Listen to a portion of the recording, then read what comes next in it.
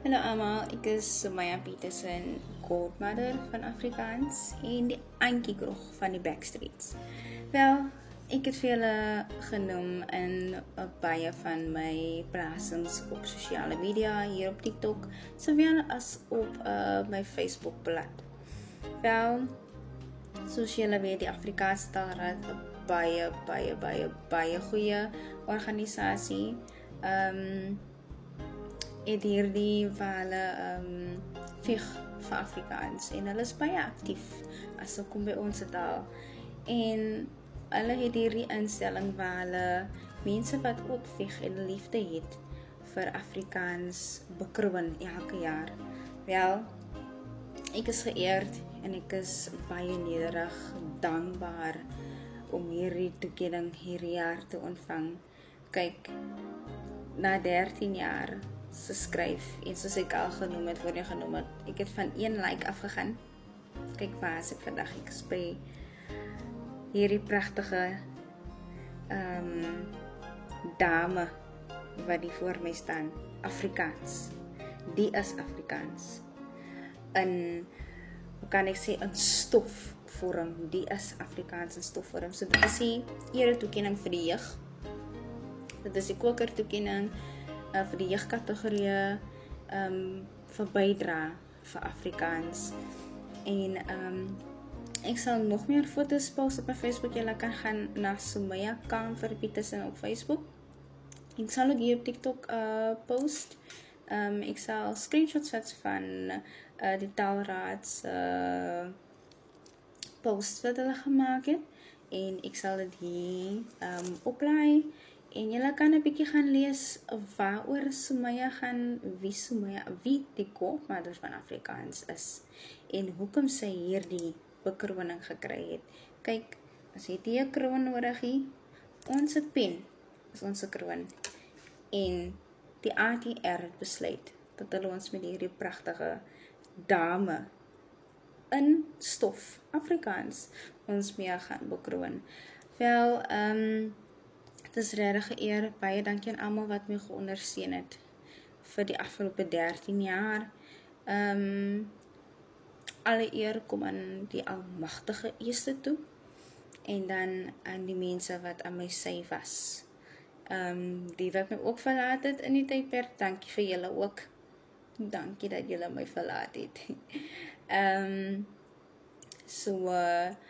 Ook dankie aan die wat my geweldig genomineer het. Ek wil nie name noem nie, want ek wil nie in die moeilikheid kom nie. Daar is so baie wat my genomineer het.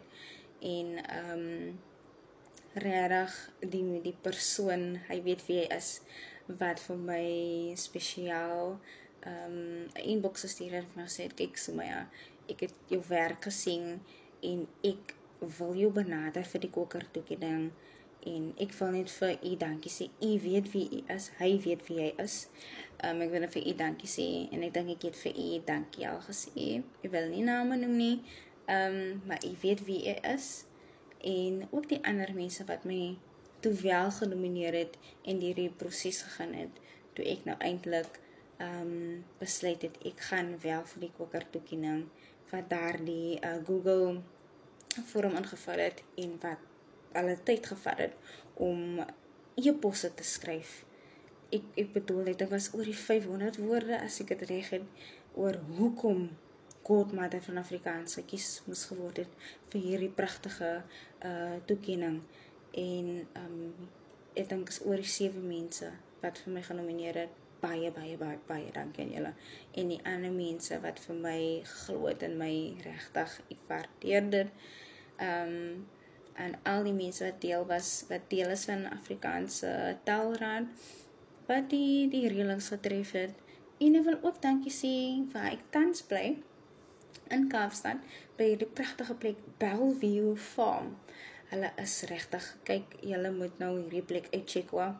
Julle moet nou die plek, maar julle nou uitcheck, die is nou vir jou 'n pragtige plek. En die eienaar het regtig 'n pragtige visie met hierdie plek gehad. So as jy voel, jy wil, kyk, die All Blacks kom volgende jaar, 2026, hulle gaan toer in Johannesburg en in Kaapstad. Kyk, deesdae vir jou 'n goeie plek. As jy 12 mense of meer mense, as jy 'n groep mense is, jy kan jouself hier inboek by Bellville Farm in die Parel.